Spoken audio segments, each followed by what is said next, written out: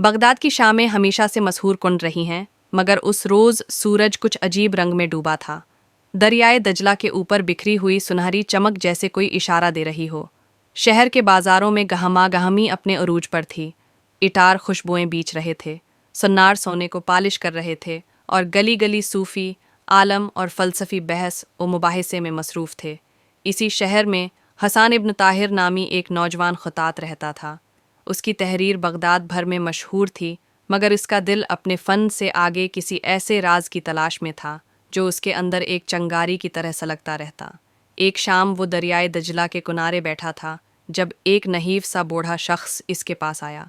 इसके हाथ में एक पुराना चमड़े का थैला था। बेटे, तुम हसान हो ना? बूढ़े ने पूछा। हसान ने सर हिलाया। मेरे पास तुम्हारे लिए कुछ है, मुझे लगता है तुम ही उसे समझ सकते हो। बूढ़े ने थैले से एक सदियों पुरानी जल्द का टुकड़ा निकालकर हसान को थमा दिया। उस पर एक अजीब और गरीब नक्श किंदा था, जैसे हर्फ भी हो और नक्श भी, मगर समझ से बैलातिर। ये क्या है? बूढ़ा मुस्कुराया। ये बगदाद की गमशदा रोशनी का सराग है। जिसने उसे पाया उसने शहर की तकदीर बदल दी, मगर उसे गलत हाथों से बचाना तुम्हारी जिम्मेदारी है। हस्सान कुछ कह पाता, इससे पहले ही बूढ़ा गायब हो चुका था, जैसे हुआ में तहलील हो गया हो।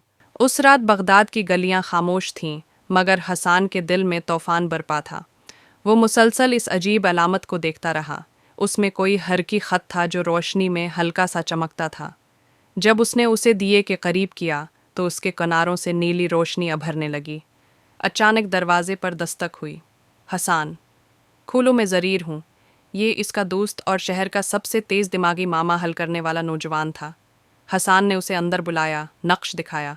ज़रीर ने हैरत से सांस रोकी।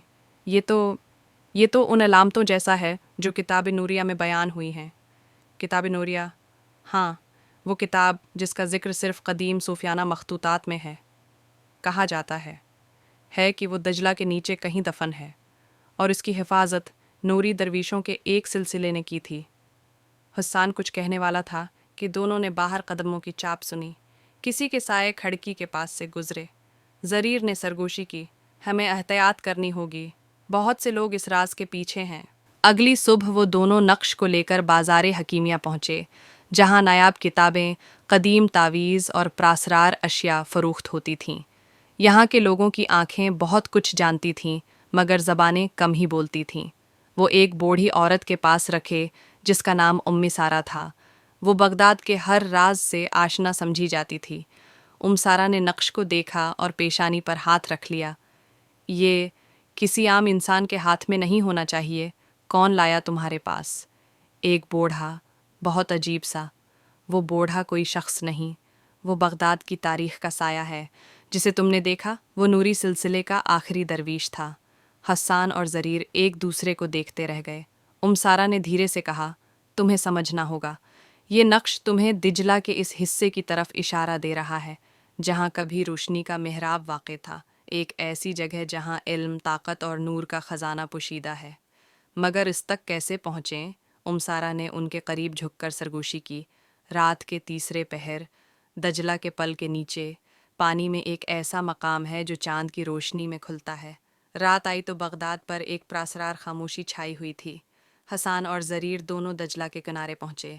चांद की रोशनी पानी पर फैल रही थी, जैसे कोई नूरी रास्ता बनता हो। वो पल के नीचे पहुँचे। पानी के अंदर नीले रंग की चमक अभर रही थी। यही है, ज़रीर ने सरगोशी की। अचानक पानी दो हिस्सों में तकसीम हुआ, यूं जैसे किसी ने पर्दा हटा दिया हो। सामने एक पत्थरेला जीना नमूदार हुआ जो नीचे किसी ज़ेरे आब सरंग की तरफ जाता था। वो दोनों नीचे उतरे। सरंग के अंदर दीवारों पर वही नक्श कंदा था। हर कदम पर दीवारों से हल्की रोशनी फूटती थी। आखिर वो एक गोल मेहराब निमा कमरे तक पहुँचे। दरमियान में एक चबूतरा था और चबूतरे पर एक पत्थर का संदूक रखा था। हसान ने हाथ बढ़ाया ही था कि अचानक सरंग में शोर हुआ। मिशालों की रोशनी दूर से आती दिखाई दी। वो आ गए। ज़रीर चलाया। कौन? वही जिन्होंने बरसों से इस खजाने की तलाश कर रखी है। सियाह नकाब वाले, 4 घोड़ सवार, नकाब पोश, खिंजर और मुशालें लिए अंदर दाखिल हुए। उनके लीडर की आवाज़ भारी थी। संदूक हमारे हवाले करो वरना तुम दोनों यही दफन हो जाओगे। حسان نے ایک لمحے کو ہمت جمع کی، صندوق کا ڈھکن اٹھایا۔ اس کے اندر ایک روشنی کا گولا تھا، مگر وہ عام روشنی نہیں تھی، جیسے کسی قدرے ساکن سورج کی چنگاری ہو۔ حسان، اسے چھوؤ نہیں، یہ نوری طاقت ہے، زریر چلایا۔ لیڈر آگے بڑھا، مگر جیسے ہی اس نے روشنی کی طرف ہاتھ بڑھایا، گولا زور سے چمکا، اور اس زور سے کہ پورا کمرہ لرزنے لگا۔ اچانک روشنی گولے سے نکل کر حسان کے ہاتھوں میں جذب ہو گئی۔ پورا کمرہ اندھیرے اور روشنی کے دو حصوں میں بٹ گیا۔ نقاب پوش پیچھے لڑکھڑا گئے۔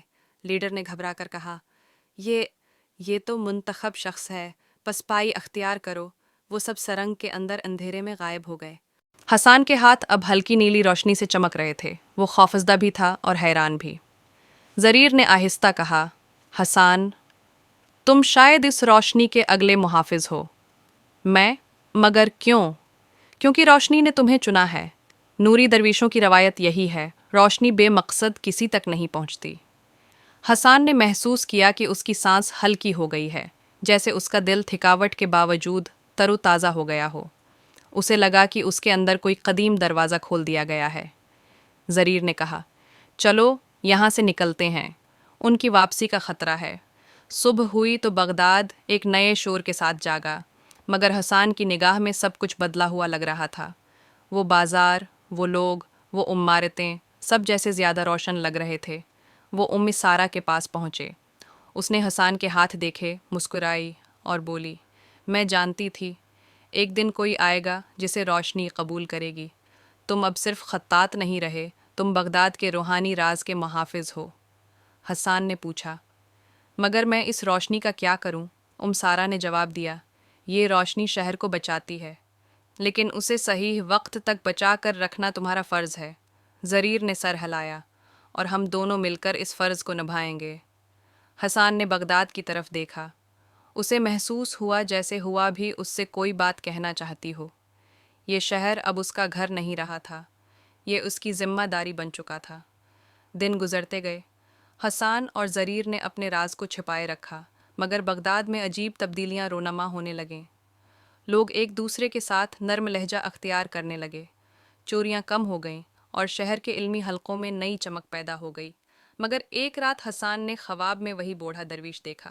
اس نے کہا، بیٹے، روشنی وقت کے ساتھ بڑھتی ہے یا کم ہوتی ہے، ایک دن آئے گا جب تمہیں فیصلہ کرنا ہوگا کہ اسے کہاں استعمال کرنا ہے، بغداد کی حفاظت کے لیے یا اس کی تقدیر بدلنے کے لیے۔ حسان چونک کر جاگا۔ اسے معلوم تھا، یہ کہانی ابھی ختم نہیں ہوئی، یہ تو صرف روشنی کے سفر کا آغاز ہے۔